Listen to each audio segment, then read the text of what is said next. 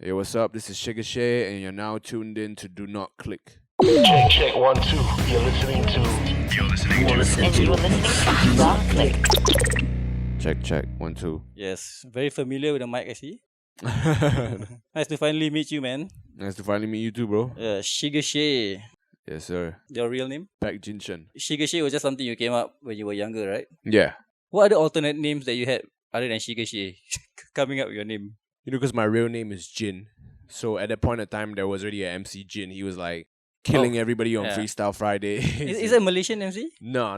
He's Singaporean. Not Singaporean. He's from America.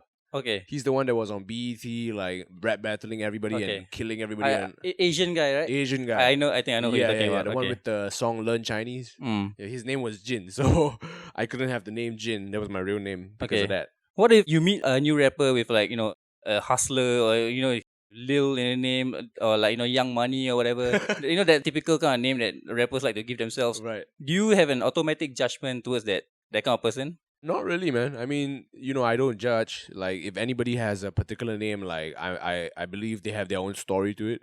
So, I believe that just knowing a person's name doesn't mean you know their story. So I would want to hear their story before, like, making any judgment or anything. All right. So what's the definition of a whack rapper? So who's the whack rapper? Definition of a whack rapper? I guess a rapper that's basically robbing hip-hop culture and not really being true to hip-hop in a sense where, like, they're just abusing it to make money or Sure. be famous or whatever, but they're not really actually trying to tell their story or they don't have a message. Yeah, they're just using it as a tool to make money. Like, is there a lot of that in Singapore? Not really, man. Not really. There's been a lot of like. It's quite a tight knit community. In Singapore. Singapore is a small country, bro. All right. But yeah, it's the future for Singapore hip hop is looking really, really good, really bright. Yeah. Sweet. What a way for me to celebrate my first day of Ramadan. Breaking Happy fast. Ramadan, bro. Thanks, bro. Breaking fast with ShiGGa Shay on the podcast. Yes. Thanks so much for doing this, man. Happy to be here. We tried to get you for a very, very long time and you are busy flying here and there. Yeah. Just doing shit, man. Yeah. The very criminally underrated ShiGGa Shay. Just listen to your latest track, paiseh, is it? Mhm. Yeah, paiseh. It was a really good song. Thank you, man. Thank you. This latest project that you've been doing so far? Yeah, I mean, this is the latest single that I recently put out, but I have a lot of new singles that I've been wanting to put out for a while, and I can't wait to share it with you guys. I listened to your podcast with Faka earlier, so I wanted to make sure that I don't ask the same questions. Yeah, so you and him got really good chemistry. His podcast is basically he sits down with his friends. Yeah. You and him are really close, right? So his podcast is like more of him having a conversation with his friends. So for me, most of the people in my lineup, I don't even know them. Right. Yeah, so it's just for my podcast, the difference is for me to get to know the guest. Right. Yeah, that's the charm of my podcast, getting to know the real ShiGGa Shay. Yeah. Yeah, so when I was younger, I first heard about you on MySpace, so that was like during the MySpace era where it was really, really very young.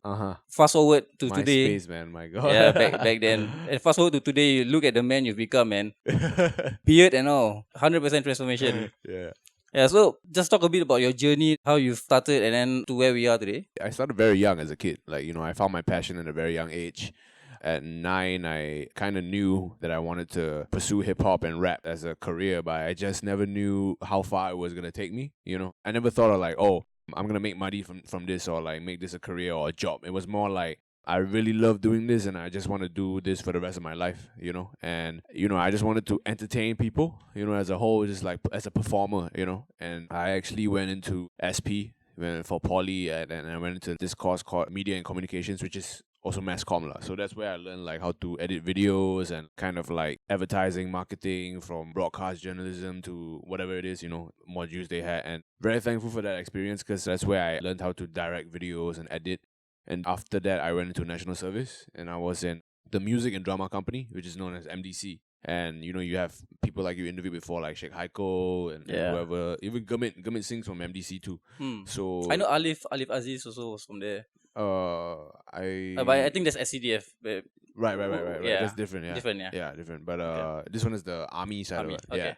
Yeah. So I learned to do a lot of things in MDC. I had to like set up the stage. I had to do sound check. Then I had to perform as a performer. Had to act, sing, dance, whatever, host, and learned a lot in MDC. I was given a lot of stages to make mistakes on, and that's the fastest way you learn, when you make mistakes. After MDC, after I finished the army, this music thing became my full-time career.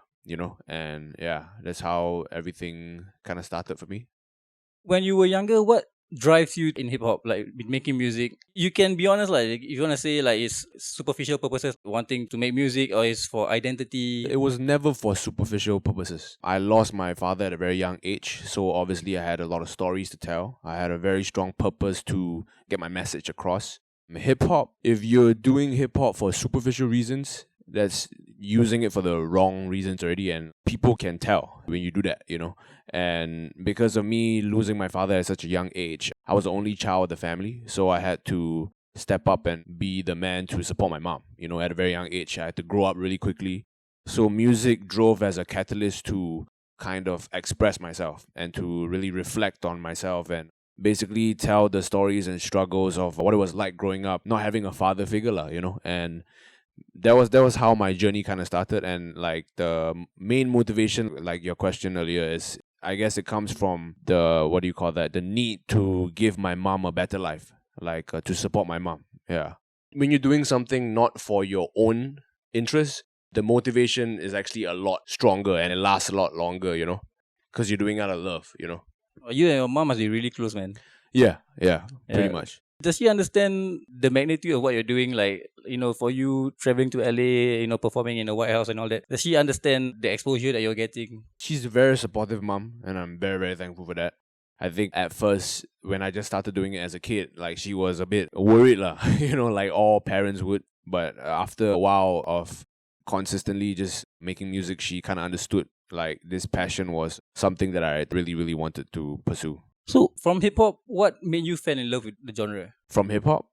I think hip hop gives voice to the people that don't have a voice. Yeah, that's the beauty of hip hop. Like if you notice, like, in pop, right? Like pop singers can like have to have a certain look or to be able to sell or whatever, but like hip hop is the only genre where the person can be the ugliest person in the room, or regardless of any race, any language, as long as the energy that they put in is hip hop, people will vibe with it, with the message, but whatever it is. And I feel that that's the best thing about hip hop. Yeah. So when it comes to music, what do you look for in the music? What do I look for in music? Yeah, I mean nowadays, I'm pretty sure it changes over time. Like, sometimes people use it as coping mechanisms or whatever. But what do you look for in music nowadays? Like for songs, right? Like your favorite songs, you would not necessarily remember like the lyrics of the song. Your favorite song might be 10 years ago, but you would always remember how that song made you feel. Oh, that's very true, man. Yeah. So like, music is all about feeling. So like when I listen to a song, I would always pay attention to how it makes me feel. Yeah. So who was the first few rappers that you listened to when you were younger? First few rappers would be Eminem, Tupac, Jay-Z, Biggie. Yeah, those were my first few. Did you watch 8 Mile when you were underage? Yes, I did. I remember I was like primary 3 or something. Thinking through the sex scenes and all that. Yeah, NC-16. NC-16. Yeah. Speaking of 8 Mile, recently Eminem versus MGK. Oh, yeah. Yeah, the beef. Whose side were you on, man? I'm neutral, man, because I actually met MGK in LA. Really? Yeah. How was he? As a guy? He's a cool guy. I mean, at the end of the day, like, rappers, we're still human too, And as a fan of hip hop, like, I think that Eminem is forever the GOAT, the greatest of all time. But for sure. And he's one of the reasons why I even started rapping, Eminem. So I would never disrespect him or like doubt his abilities to be on a diss record. Like Eminem has a long history of like ending people's careers. Yeah. So What do you think? Did Eminem triumph on top? I think Eminem definitely like Killshot was killer. Was pretty fire. Yeah, a lot of the MGK came pretty hard too though. Yeah. The debate was that MGK, his song musically was better and Eminem lyrically was better. Right. I can see where that comes from. I mean it resonates with different people. Yeah. So have you ever done a diss track? As a kid, yeah. Or all the time. What was that forum? There was all these forums where people were challenging each other. Oh yeah. They had forums that you had people. I can't remember what it was. Like B Society era, something like that. Yeah. Like, they had people would type their bars. Yeah. You were into that stuff as well. Oh hell yeah. Battle rap was like a huge thing back in the day. So would you put out a diss track if it means like a healthy rivalry with a person? Not really like having a bad blood, but for the good of the entertainment, like if it put eyes on hip hop in Singapore. I mean, it really depends, man. It really depends. But I've never been like the type of person that would dive into negative energy like that. Recreationally, create hate. Yeah, I would rather put the energy elsewhere, in a more positive light. Because like I'm a very neutral but supportive person in that sense. Like whoever that's putting out music, I tend to want to support if it's from Singapore.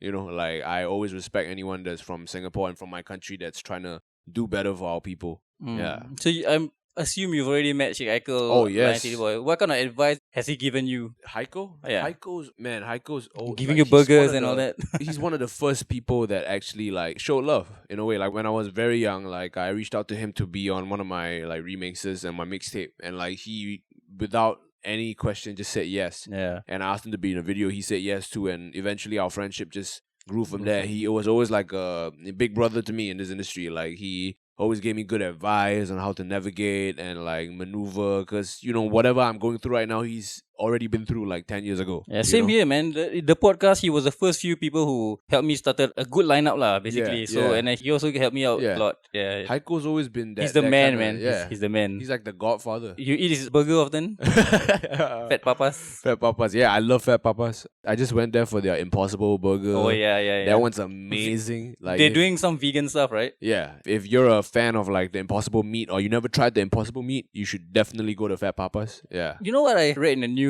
Burger King has been putting out vegan meat in their burger, oh, really? like in secret, like people didn't know. Oh, really? Like that's what I thought. Right. Is it true? I have no idea. I mean, I don't want to trust everything I read on the internet, but I mean, I would feel betrayed lah. Like, I mean, I paid for meat. Yeah. What are your thoughts on vegan and burger? I eat everything. You eat anything? But I have a lot of friends that are vegan or pescatarian. Yeah. There's a lot of that stuff nowadays. Yeah. So let's discuss paiseh. Yeah. What went through the thought process of creating the song?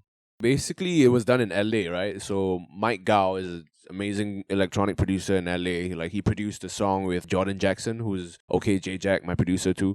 They got into the studio, they did the beat together on Mike Gao's iPad app. It's called Poly Playground. It's an amazing app. Yeah, the beat thing, right? Yeah. So he did that and then did the beat, and then I was like, this song is done in LA, but I want to bring a little bit of Singlish into it. So I always wanted to do a Singlish song called paiseh, and this how it came about. And we shot the music video entirely in LA too. Like it's shot by Jayan, the guy that shot Poster B by Chris Brown and Janae Aiko. So like it was quite crazy, like a Singlish song but done in LA. Awesome. I saw the music video as well. A lot of pop culture references. Oh yeah. Yeah, the Star Wars and all that. Yeah. What went on during the creation of the music video? What went on behind the scenes? Were you a part of the creative process as well to create Yeah. We just wanted to do something fun and something that was like kind of a little bit of the essence of my old videos where I started out with, because paiseh ultimately is a song specifically for Singapore. You know what I mean? Like I wanted to do something for the people that supported me at the start of my career, and to do something that's Singlish, Hokkien, and English, a little mix of everything, Chinese. And before I started putting out like my English content, because I've been gone for so long, right? So I wanted to give something back to the people that helped me start with before I actually put out my songs. Nice. Yeah. Are you signed to a label now? No, I'm still unsigned. Independent. You want to keep having 100% creative control to your music as much as possible, right? Yeah. If you do sign to a label,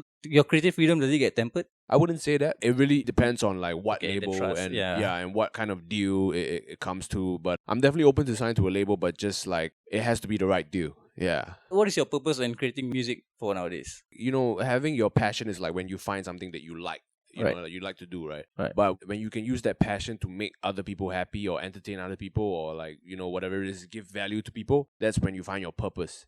And like for me, my purpose is really about representing my country and entertaining people in the process of doing that. Like I've always felt this very strong sense of home in Singapore. In Singapore, right. And I always wanted, as a kid, like I've always been fascinated with the thought of having the world look at Singapore and appreciate Singapore through my perspective, like the way I saw it growing up as a kid. Okay. So that is something that it's a lifelong goal. Very ambitious as well. Yeah. Very ambitious, but like it's a risk. It's a very big risk. It could not happen, but I'm still going to fight on with it because like I feel that even if I don't achieve it, like the people that come after me would be able to achieve it. And that's a door that I feel that needs to be open for the future of our country. How far along do you think you are to reach that goal? 10%, 20%? I wouldn't have an exact answer to that, but you never know. I could be 80% away, I could be 5% away. It could just happen tomorrow. It could happen next year, or like it could never happen. You never know. Yeah. But my belief is always there, and I won't stop pursuing it. So if you can sum up one great experience, a great lesson you can share with your listeners, what would it be? Never give up on your dreams and always follow your heart. Yeah. And that's last question. Favorite song? Favorite song? Yeah. Favorite project that you've done so far? Favorite project that It's I've actually done so quite very hard to narrow down. Yeah, very hard. Like, what's the most fulfilling project that you've been a part of? Doing NDP in 2014. Oh, that must be very special, man. Yeah, because that was the last NDP that Lee Kuan Yew was attending. Oh, yeah. okay. So having to perform for Lee Kuan Yew right before he passed was like special. Very big honor. Yeah. Yeah. Wow. Okay. Thank you so much for doing this, man. Yeah, thanks for having finally me, bro. have even that sliver of opportunity to get you on the podcast. I have you on. I'm honored. Thanks so much for doing this, man. Yeah, Just as how Faka and you have been friends, I hope I have made a friend in you, man. Oh, definitely, man. Thank you so much for doing this. Where can people find you on the social media? At ShiGGa Shay. Right. Everywhere at ShiGGa Shay. And YouTube, SoundCloud. Yes, sir. If you're on SoundCloud, Facebook. Thanks for doing this, man. Thanks, bro. And selamat Ramadan to everyone who's fasting. Selamat berpuasa.